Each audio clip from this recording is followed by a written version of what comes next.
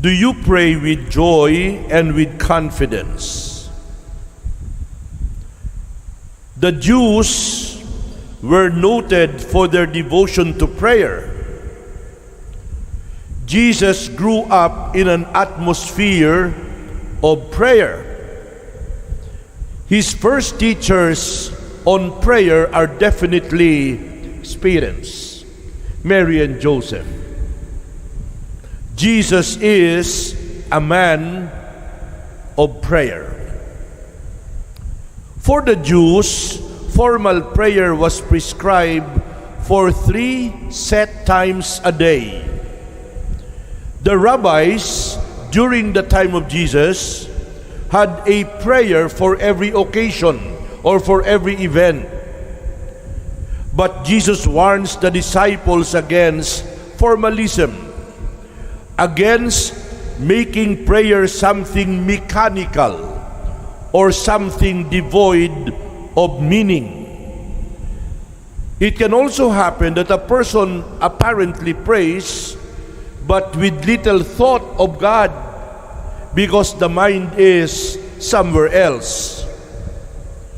When our Lord taught His disciples to pray, He gave them the disciples' prayer, the Our Father, the Lord's Prayer.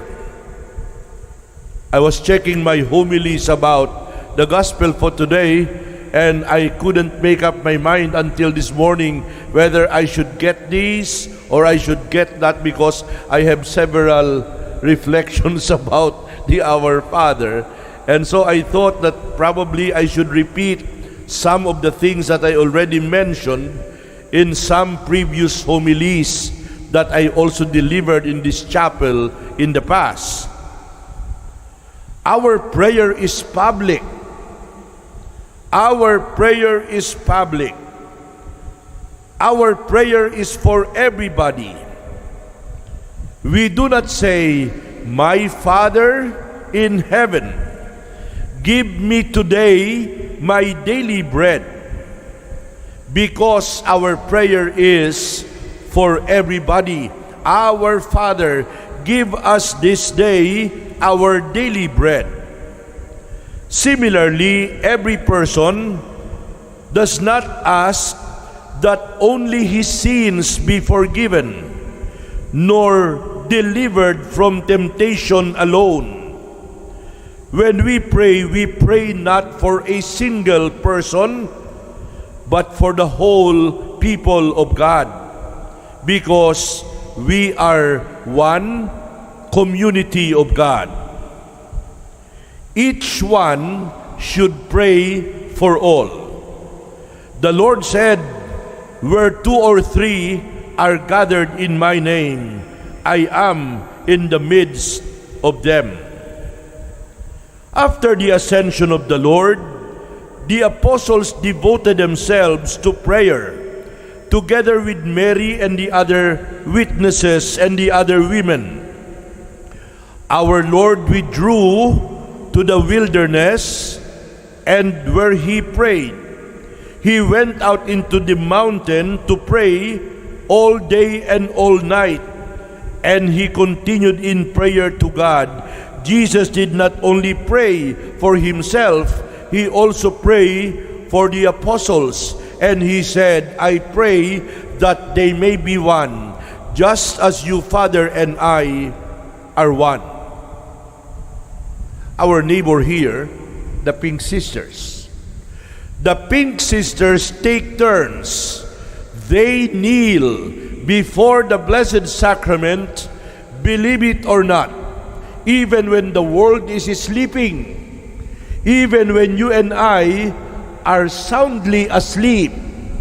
The Pink Sisters pray 24/7, literally 24/7.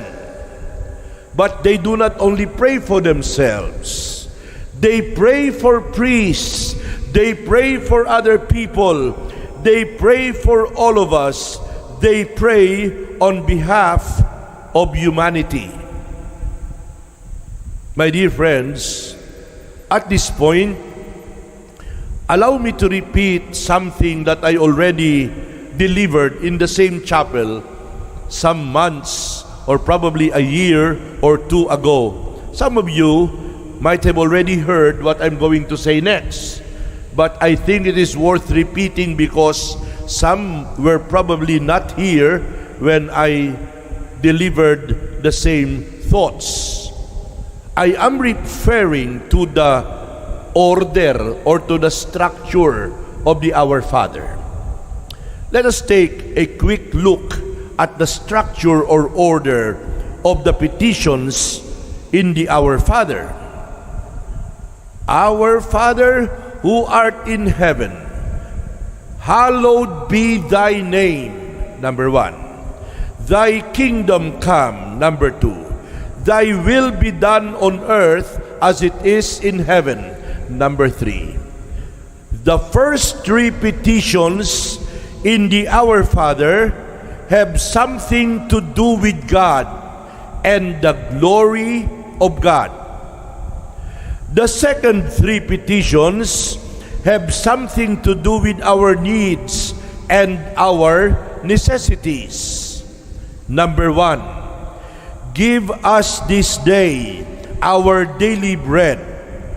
Number 2, forgive us our trespasses as we forgive those who trespass against us. And number 3, lead us not into temptation, but deliver us from evil. The first three petitions are about God. The second three petitions are about our needs, about the things that are necessary in life. What does this tell us? It means to say that God is first given His supreme place in our prayer, and then only then we turn to ourselves and to our needs and to our wishes and to our desires. It is only when God is given His proper place that all other things fall into their proper places. Prayer must never be an attempt to bend the will of God to our desires. Prayer always ought to be an attempt to submit my will to the will of God. The second part of the Lord's Prayer, the part that deals with our needs and our necessities, is a marvelously wrought unity.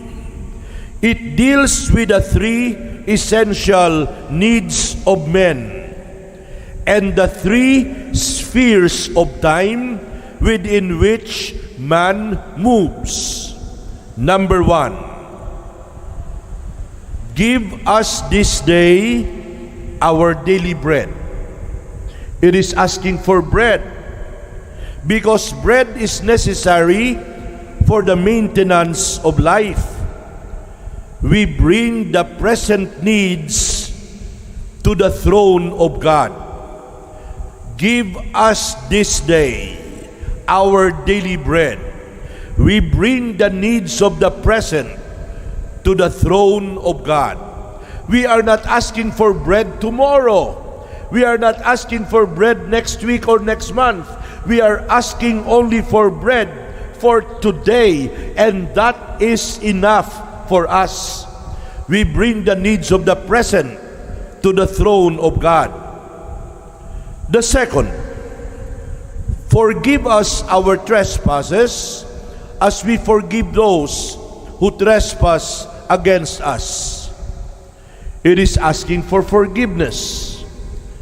We bring the past into the presence of God. Forgiveness for past sins, not forgiveness for future sins, because they have not yet been committed. We are asking forgiveness for the sins of the past. That is the second point. The third, lead us not into temptation, but deliver us from evil. It is asking for help in temptation. That is why we bring the future to the throne of God.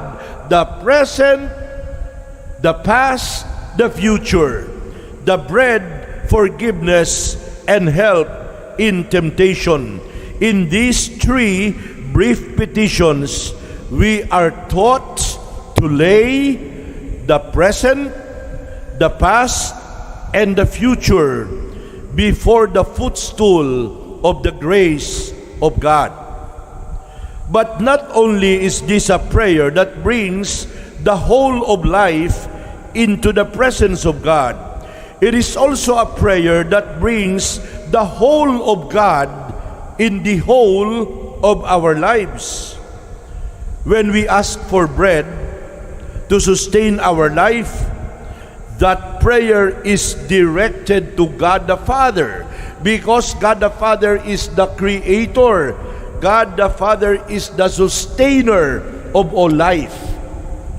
When we ask for forgiveness for our past sins, that prayer is directed to God the Son, because Jesus Christ is our Savior and our Redeemer.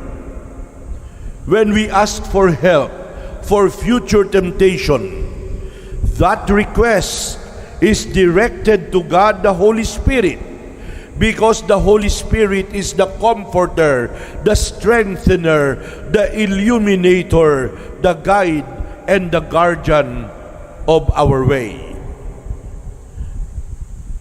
It's already 5 to 7. I'm looking at the clock in front of me. I'm aware of the time. I'm ending now. Malapit na po. 3 pages na lang. Hello? 3 pages. Joke lang.